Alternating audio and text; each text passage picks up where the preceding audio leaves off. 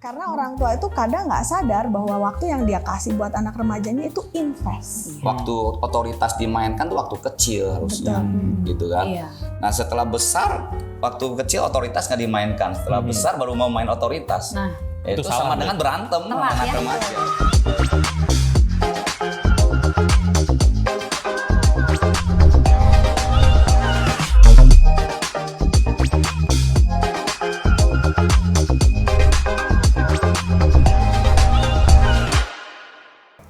One, two, three, Battle Royale.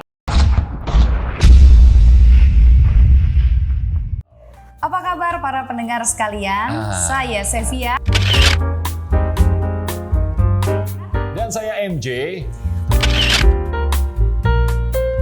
Pada podcast kita hari ini kita akan membahas satu hal yang sangat penting, Iya. tapi orang Kristen sering lupa. Apa ya? Apa penting, itu? tapi kita sering lupa. Itu adalah iman. Oh, Nah, iya. ya. Tetapi kita kan lebih membahasnya iman yang iman terutama pada anak dan remaja. Oke. Tuh, oke. Nah, saya mau memperkenalkan dulu ya. Iya, narasumber kita Oke, hari ini ya. Memperkenalkan dulu narasumber kita hari ini. Ada Pendeta Roni dan juga Ibu Evangelis Wina. Ya, apa kabar, Pak? Baik Sevia, baik. Iya, bagaimana dengan Ibu? Apa Baik kabar? juga. Baik juga, puji Tuhan. Nah, Pak, akhir-akhir ini kesibukannya sedang apa ya? Atau mungkin pelayanannya? Oh iya. Kalau pelayanan saya sebenarnya lebih ke anak-anak ya, karena di Okim Tong saya dipercaya untuk membawahi ketua departemen anak. Wah, Nah, luar tetapi biasa. sekarang saya juga lagi memfokuskan diri untuk lebih ke keluarga, ya lebih ke pasutri-pasutri atau orang tua, karena ada sesuatu yang saya lihat penting sekali peran mereka terhadap anak-anak Setuju, mereka. Pak. Setuju. Iya, setuju banget ya. Oke, bagaimana dengan Ibu Wina? Ya, kesibukannya puji Tuhan dari 10 tahun yang lalu sampai hari ini saya masih bergelut di dalam pelayanan remaja dan membantu di dalam beberapa bagian pelayanan departemen remaja. Wah, cocok sekali narasumber Pas kita pada banget hari ini ya. Ada dari sisi anak-anak, ada Iya. sisi remaja juga. Betul, Waduh. betul ya. Oke, nah mungkin kita mau sebelum bertanya-tanya nih, ada pertanyaan yang paling penting gak sih? Ya, itu dia yang ingin saya tanyakan sebetulnya dari tadi. Saya pengen tanya, ini pertanyaan penting ya dan seringkali juga ditanyakan sama orang lain di sana. Sebetulnya apa sih perbedaan antara iman dan percaya? Silakan, mungkin dari Pak Roni atau Ibu Wina bisa menjelaskan. Coba saya. Silakan. Kalau secara ini ya singkat ya, Ya. iman itu kita tuh mempercayakan diri sepenuhnya pada apa yang kita percaya, gitu ya. Maksudnya gimana tuh Pak? Jadi saya percaya Yesus adalah Tuhan, saya Oke. mempercayakan sepenuhnya diri saya pada Yesus adalah Tuhan saya.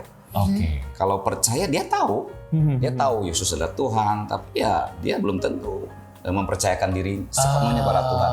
Itu ya. beda. Iblis tahu nggak Yesus Tahu adalah lah Tuhan? pasti. Tahu, tapi Iya. dia tidak percaya sepenuhnya pada Yesus. Oke, jadi iman itu tingkatannya lebih tinggi dari percaya berarti. Ya, Oke. Oke, saya jadi makin penasaran lagi nih Nah. membahas iman ya. Kita ngobrol lebih dalam lagi. Kalau gitu saya mau bertanya dulu sama Pak Roni. Pak Roni Langsung siap? jawab pertanyaan pertama ya. Siap mau ditanya oleh saya? Siap Ayo. dong ya, oke. Nah, akhir-akhir ini kita sangat mengenal dengan istilah strawberry generation, ya, di mana anak-anak itu apa-apa aku pengen healing, aku stres, capek banget dan sebagai hal lainnya. Kira-kira menurut Pak Roni apa nih yang menyebabkan anak-anak suka mengeluh atau gampang mengeluh gitu ya, gampang mengeluh dan gampang merasa stres? kalau stres anak-anak itu kalau pandemi mah udah jelas ya online. Iya, betul. Itu mah stres banget. Anaknya stres, orang tuanya juga stres. Nah, Iya. Tapi sebenarnya kembali ke pola asuh sih kalau saya lihat ya. Kalau anak-anak gampang stres, manja dan segala macam itu kan sebenarnya bagaimana orang tua mereka juga sih ya di dalam pola asuh mereka itu seperti apa. Kita harus lihat juga gitu kan. Tapi banyak sih penyebab anak stres itu ya bisa karena sekolahnya kan.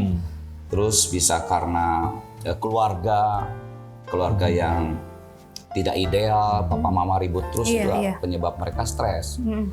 Dan kemudian juga bullying, Iya, ya, betul. anak-anak dibully itu juga bisa Iya. mereka stres. Iya.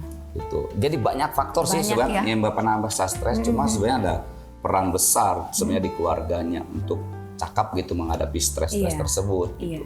Untuk mengetahui juga ya Iya. kondisi anak tersebut seperti Betul, apa seperti saat apa. itu ya. Mm-mm. Nah, dan juga yang perlu diketahui oleh anak-anak kira-kira tentang iman ini gitu ya. Supaya mereka nggak Iman stres yang- nih Pak. Iya, ketika mereka stres gitu ya, ketika mereka mengalami masalah tadi ya, mungkin mereka mengalami masalah yang mungkin di dalam keluarga ataupun di sekolah gitu ya. Nah, apa sih yang betul-betul harus diketahui oleh anak ya tentang iman yang benar dalam menghadapi masalah Problem. tersebut ya? Iya. Tadi saya mengatakan memang peran orang tua besar banget. Karena di dalam Alkitab juga ketika berbicara tentang pendidikan anak itu kan langsung sebenarnya Tuhan berikan itu mandat kepada orang tua. Iya, iya, betul. Ya, misalnya di dalam Ulangan 6 ayat 6. Ya, Tuhan mengatakan apa yang kuperintahkan padamu hari ini itu semua diperintahkan pada orang tua. Iya. Dan ajarkanlah berulang-ulang.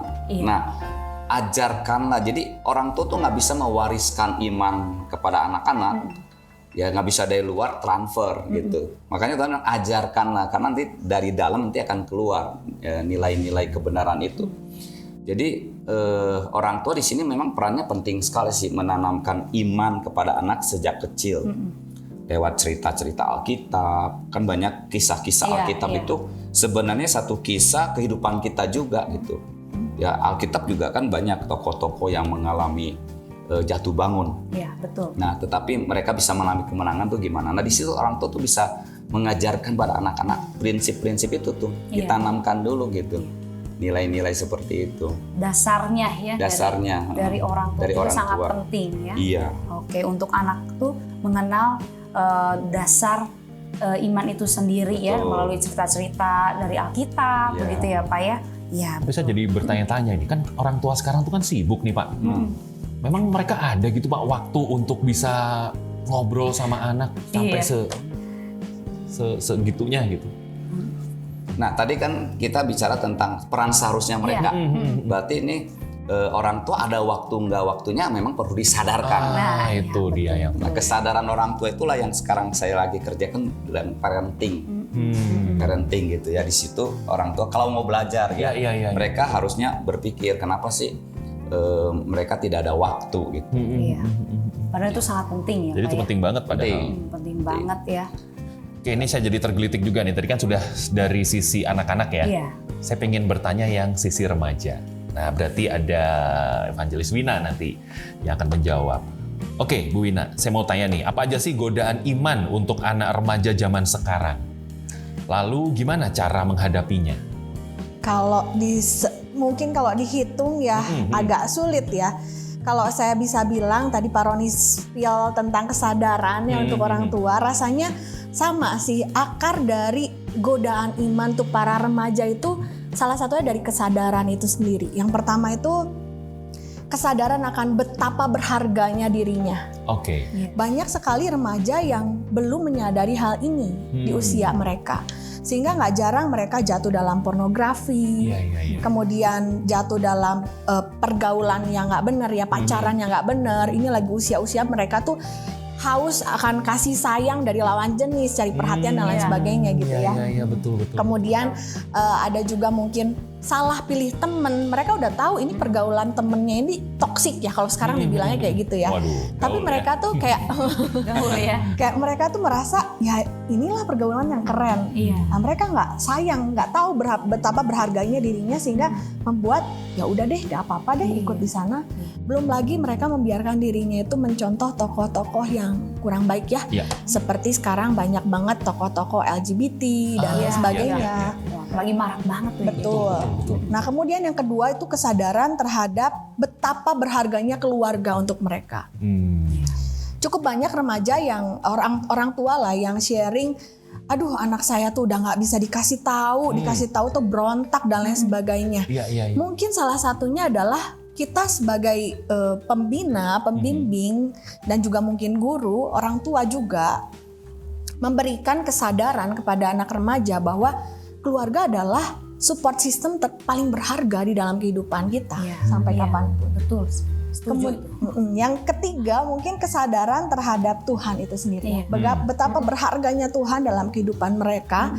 Kalau ini udah lag itu jadi bolong di berbagai area banget gitu ibaratnya ya. Gak ada frame, gak ada rem untuk bisa membuat guideline mereka itu bisa berjalan sampai ke masa depan yang Tuhan udah sediakan dalam kehidupan mereka. Kayak gitu ya, simpel sih ya. Kayak sekarang gereja abis pandemi kayak gini udah jadi optional ya buat mereka ya, mau ke gereja atau ya udah deh cuman online aja deh kayak YouTube gitu. bisa gitu ya. Nah, itu dari hal simpel seperti itu aja bisa menjadi akar yang lumayan dalam bagaimana mereka jatuh dalam godaan-godaan dosa yang lebih lagi. Itu sih ya. Terus tadi pertanyaannya apa ya? Bagaimana ya caranya ya? Bagaimana caranya menghadapinya itu tadi? Menghadapinya ya.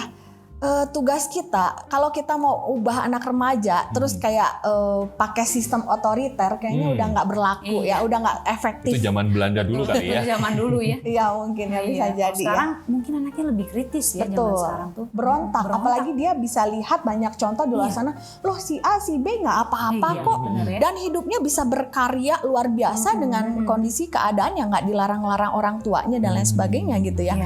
Nah ini bagaimana caranya ya kita harus memberikan kesadaran kayak gitu. Orang mungkin tokoh yang mereka lihat saat ini ya followersnya banyak lah ya, kayak gitu ya.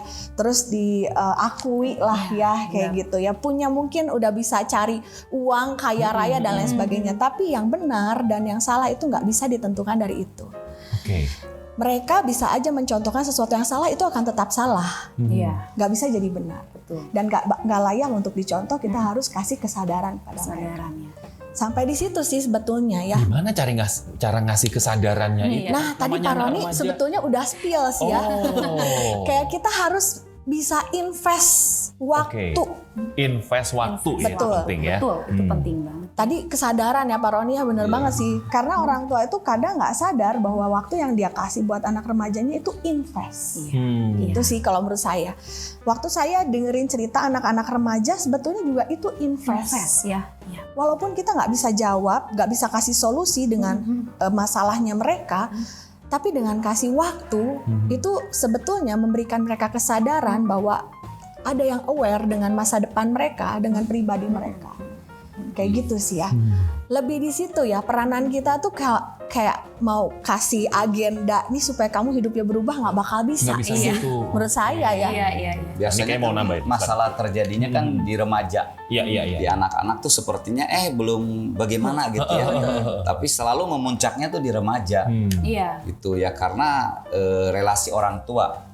Kalau kita lihat tuh semakin longgar tuh di remaja. Jadi kalau ada istilah parenting tuh, parentingnya corongnya terbalik. Corongnya terbalik tuh, corong kan harusnya gimana corong? Ya dari depan. Corong kan gini ya. Gitu, betul. Nah, Nah, jadi yang terjadi itu kan remaja itu harusnya kan sudah tidak diikat lagi gitu kan, tidak di yang tadi bilang dimarahin dan segala macam. Waktu otoritas dimainkan tuh waktu kecil harusnya, gitu kan. Nah setelah besar, waktu kecil otoritas nggak dimainkan, setelah besar baru mau main otoritas. Itu sama dengan berantem anak remaja. Udah keburu telat gitu ya. Telat. Nah kalau sudah telat gitu terus gimana Pak? Gimana ya? Solusinya? Karena banyak loh Pak. Nih, banyak Saya juga telat sebenarnya. Saya telat. Wina mungkin nggak telat karena Wina pernah ikut parenting itu ya. Saya telat sebenarnya, tapi saya kan nggak ada kata telat ya di dalam kita percaya di dalam Alkitab itu kan bilang tebuslah waktu. Jadi kan kita lihat ada sesuatu yang salah, kita perbaiki. Jadi saya mau perbaiki dengan anak saya udah SMA. Udah SMA 1 masih SMP gitu. Nah yang SMA ini memang jauh sekali dalam arti peran saya tuh sangat jarang buat dia gitu. Efek-efeknya ada. Ya akhirnya saya sadar, saya pertama-tama minta maaf dulu sama anak saya. Jadi jangan malu ya Pak ya. Saya minta maaf dan setelah itu saya mulai menjalin relasi lagi. Gitu ya, pergi berdua, ngobrol misalnya seperti itu. ya masuk ke dunia mereka. Ya tapi rasanya walaupun tadi Pak Roni bilang terlambat ya, tapi rasanya Pak Roni ini salah satu yang bisa masuk orang tua ideal untuk anak remaja. Waduh, orang tua idaman untuk anak remaja mungkin ya. Setuju. Karena nggak banyak orang tua yang mau menempatkan dirinya dan masuk dalam dunia remaja. Mereka ya. Ada beberapa mungkin anak remaja yang cerita sama orang tuanya, belum apa-apa udah dibilangin, ih kamu teh cerita apa gitu ya. Iya. Tunggu, itu tuh nggak baik loh, itu tuh nggak bener loh. Langsung dijudge duluan ya. Belum beres sudah langsung potong ya. Betul, itulah yang disebut dengan gap ya. Satu hal yang saya ingat, yang saya pelajari dari parenting untuk menghadapi anak remaja jikalau terlambat adalah menangkan hatinya, kayak gitu. Jadi posisinya bukan lagi seperti orang tua yang otoriter, tapi lebih kepada sahabat. Aku ada nih waktu untuk dengerin kamu cerita. Aku nih ada nih waktu untuk yuk healing bareng dan lain sebagainya. Ya, nah, disitulah di invest waktu itulah kita memberikan namanya kesadaran itu ya. Bahwa dia berharga, Tuhan itu berharga, keluarga itu. Ini kayak Pak Roni mau nambahin nih, silakan Pak Roni. Ya udah mau ngomong sesuatu ya. Enggak, apa yang Gina bilang betul banget gitu dia. Mau jadi sahabat tadi. Jadi dia tuh sifatnya tuh udah bisa mendengarkan ya. Mendengarkan remajanya tuh mencerita gitu ya. Kita bisa dengerin gitu ya. Kita juga sebagai sahabat memberikan dia masukan kayak gitu.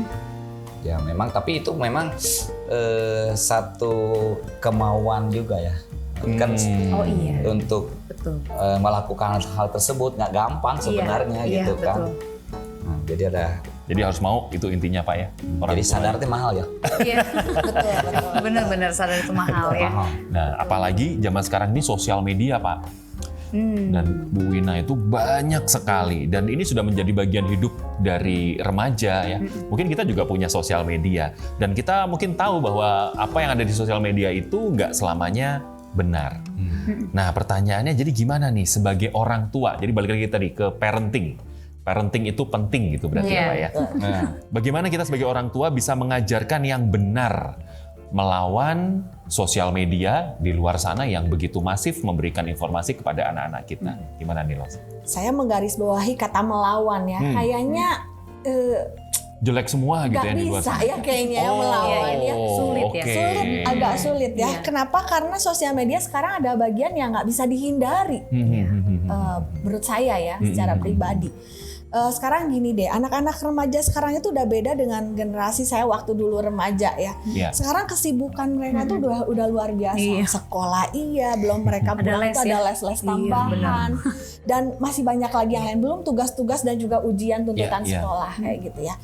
Alhasil mereka itu punya waktu tuh cukup sedikit, singkat banget, dan mereka ya cari hal yang bisa membuat mereka relax atau refreshing itu ya nggak lain nggak bukan cari gadget. Ya, benar. Praktis, cepat, apapun dapat didapatkan di dalamnya. Kayak gitu kan. Jadi jangankan anak remaja lah, kita pun kayaknya udah seperti itu ya. Senangnya buka sosial media ya. Betul, scrolling dan lain sebagainya, searching, shopping semuanya gitu ya. Jadi ingat shopping. Tapi saya selalu ingetin sama anak-anak remaja, jangankan sosial media lah ya. Sekarang lagu-lagu yang mereka denger aja ada yang baik, ada yang nggak baik, ada yang mendoktrin dengan sangat-sangat tidak baik. Dan nggak mungkin juga waktu di mall misalkan diputar lagunya terus tutup telinga, wah ini sesat gitu ya, ibaratnya nggak mau bisa. kabur gitu lari nggak mungkin ya. Nggak bisa. Tapi lain ceritanya denger nggak sengaja dengan sengaja download itu beda. Beda betul. Sosial media itu bedanya, saya selalu ingetin sama mereka. Kalau lihat itu nggak apa-apa, ya gimana juga lewat misalkan TikTok, lewat FYP dan lain sebagainya, kita nggak bisa menghindarinya. Tapi lain ceritanya kalau itu di follow, lain ceritanya antara lihat dengan sengaja mencari. Jadi search, itu sih kembali menanamkan kesadaran bahwa sesuatu yang kamu konsumsi itu membentuk kamu. Kayak gitu sih, kamu tuh berharga. Jangan konsumsi makanan yang sembarangan, nanti kamu sakit, ibaratnya kayak gitu kan.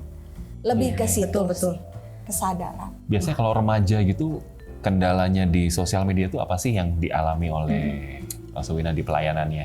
Kendalanya apa ya? Mereka itu sebetulnya angkatan sekarang itu, anak-anak sekarang itu mereka sangat talkative atau chattetive ya apa ya ibaratnya. Pingin diperhatikan gitu. mungkin. Kalau bertemu langsung mereka tuh pendiam. Oh. Iya. Lebih jagonya di ini ya, chat, Begitu ya, teks. begitu kita bikin Discord bareng gitu ya, waduh Langsung itu udah keluar semua ya. keluar semua aslinya kayak gitu di situ ya. Nggak tahu Iya, itu iya. aslinya atau memang ya Iya. itu nggak tahu lah, nggak ngerti. Mereka Biar tuh rame berbeda aja. banget gitu, Iya. berbeda banget. Nah kalau disebutin apa kendalanya ya tadi ya, mungkin ya itu ya, mereka itu merasa bahwa di sosial media itu mereka bisa keluarin semua apa adanya diri mereka. Ada sisi baiknya, tetapi ada mungkin takutnya nih saya tuh kebablasan mereka tuh. Memposting apa yang harusnya tidak Diposting, diposting, iya. mengkomen harusnya apapun yang seharusnya tidak dikomen. Sekarang gampang banget kan anak-anak remaja yang terpancing untuk hate komen Hate speech. Iya, iya betul.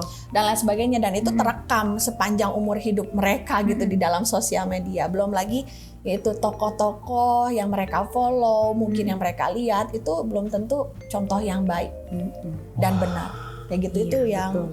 jadi harus awareness setiap kita sih sebetulnya gitu. Kesadaran itu mahal tadi ya. Hmm. Iya betul. Iya. Nah mungkin dari Pak Roni ada lagi yang mau ditambahkan mengenai parenting Ya. mungkin atau Sebenarnya kalau remaja tadi kan memang mereka waktu dengan orang tua juga relasinya nggak banyak. Jadi pelariannya kemana? Salah satunya ke sini kan. Di sini banyak teman, bisa didengar, Iya, iya, iya. Iya. terus bisa diperhatikan. Mungkin kurang perhatian orang tua kali ya. Iya. Nah, jadi itu memang sudah banyak terjadi hal seperti itu. Jadi heran mereka larinya ke sosmed ya. Tapi kalau misalnya ada waktu buat orang tua, ya bisa pergi bareng, Itu alangkah Ya. lebih baik ya Pak ya. ajak ngopi, ngobrol dari hati ke hati gitu ya. Ya itu mungkin bisa meminimalkan. Nonton Iya. bioskop bareng, Nonton bioskop bareng, Benar. Yang main tadi- game online Yang bareng. tadi healing bareng ya. main game Iya, online main bareng. game online bareng. Mungkin belajar dulu ya, diajarin anaknya, kan jadi Iya. makin dekat ya. Healing bareng Sekarang ya. sekarang banyak yang TikTokan bareng kan, Oh iya, orang tua benar. dan Oh anak. iya. Nari-nari bareng gitu ya. Joget-joget bareng. Iya. Iya betul. Jadi kayak investasi waktu tuh juga penting ya, sehingga membangun relasi antara orang tua dengan anak itu semakin dekat ya, dan anak-anak juga tidak mengalami apa kayak tadi kekosongan ya.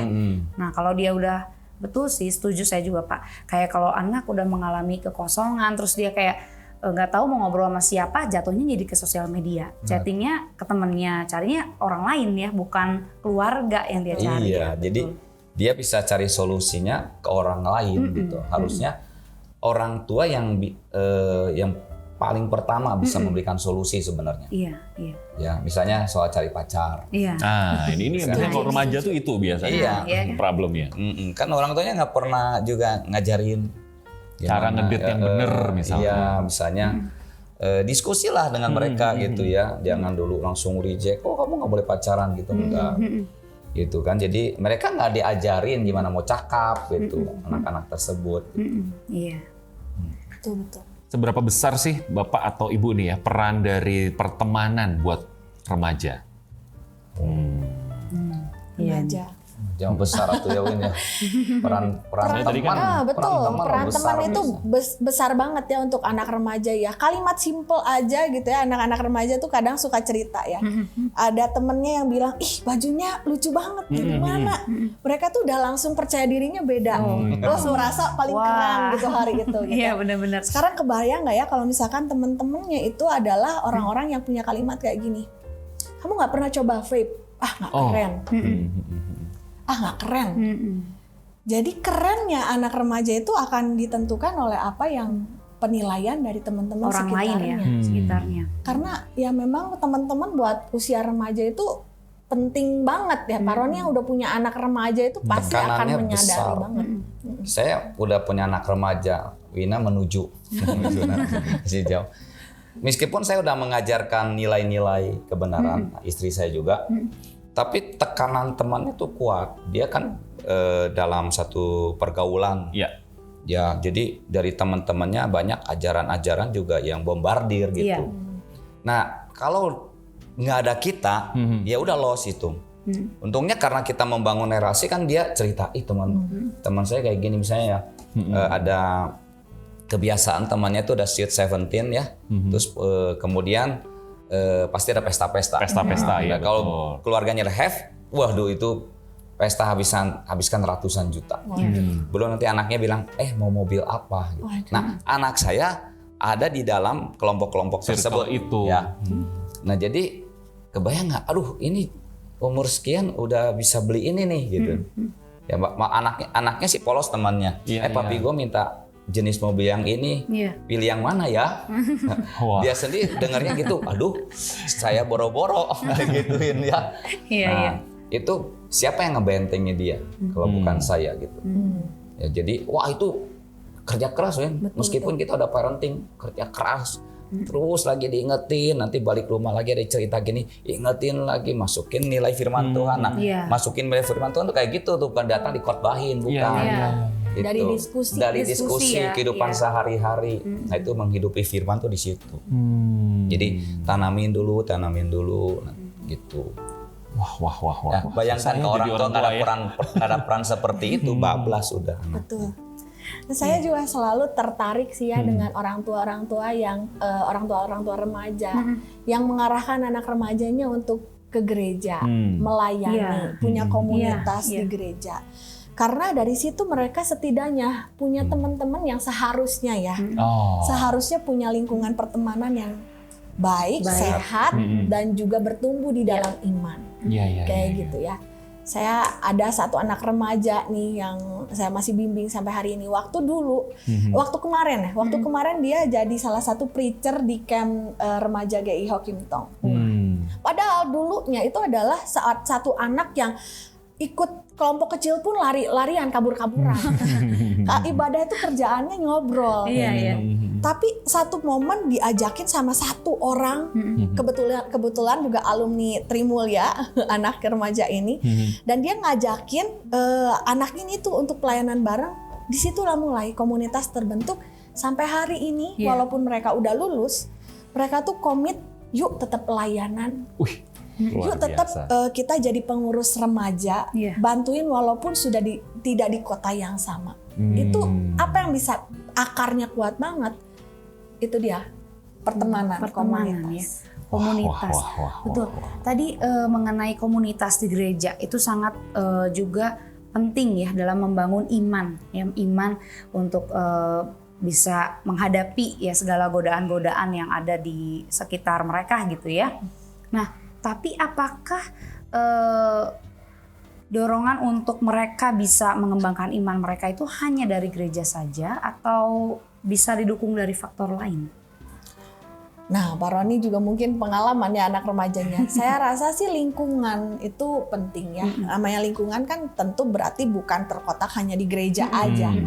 Tentu sekolah sesuatu yang setiap hari anak datang, menghabiskan lebih banyak waktu rasanya di sekolah daripada ketemu orang tua mungkin ya, karena orang tua mungkin ada yang bekerja, baru pulang malam dan lain sebagainya, adalah sesuatu yang penting juga.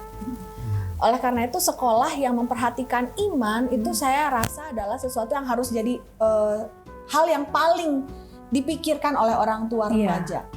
Dipertimbangkan dengan sangat seperti itu, karena ini adalah masa-masa krusial. Mereka akan melangkah kepada masa depan mereka. Kayak gitu. Wah. Setuju. Luar biasa sekali ya perbincangan kita ya hari ini ya. Iya, luar biasa. Jadi pertumbuhan iman itu bisa balik lagi pertama harus dari keluarga ya, lalu bisa juga anak-anak belajar dari komunitas yang dia punya di gereja. Dan juga paling penting adalah peran sekolah juga ya dalam menumbuh kembangkan iman anak-anak. Nah, jadi kayaknya waktu kita udah tinggal sedikit nih, jadi kita kayak harus akhiri perjumpaan kita. Nggak kerasa ya. Tapi jangan khawatir, nanti akan ada part 2-nya. Sesi 2-nya. Tapi sebelum kita menutup perjumpaan kita, mungkin ada kesimpulan apa yang bisa ditarik dari perbincangan kita hari ini? Silakan Pak Roni atau Ibu Wina dulu, silakan. Ya, kalau tadi sih lebih melihat peran orang tua ya. Jadi memang kalau saya mau sampaikan sih, orang tua tuh mereka harus sadar bahwa mereka waktu Tuhan berkata beranak cucuran. Ya, Iya. Nah, yang Tuhan inginkan kan bukan sekedar punya anak, betul. tapi menghasilkan anak yang mengasihi Tuhan. Iya. Ya, buat kita orang-orang percaya gitu. Mhm.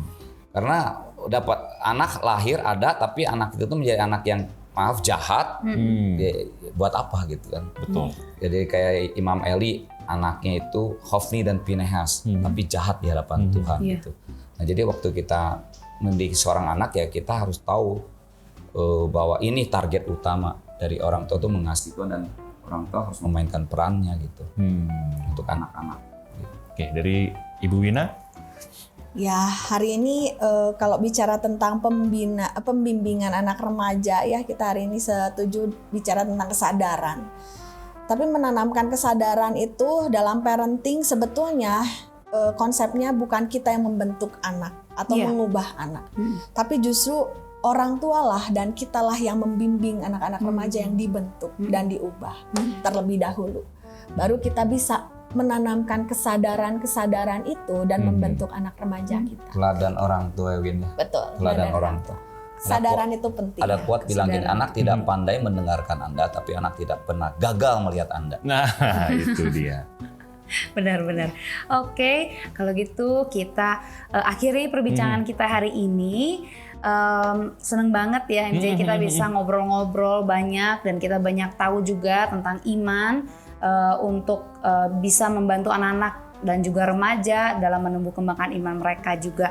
Oke, kita akhiri hari ini. Nanti kita akan berjumpa lagi mungkin di sesi kedua. Betul ya. sekali. Salam sehat, Tuhan Yesus memberkati. Bye.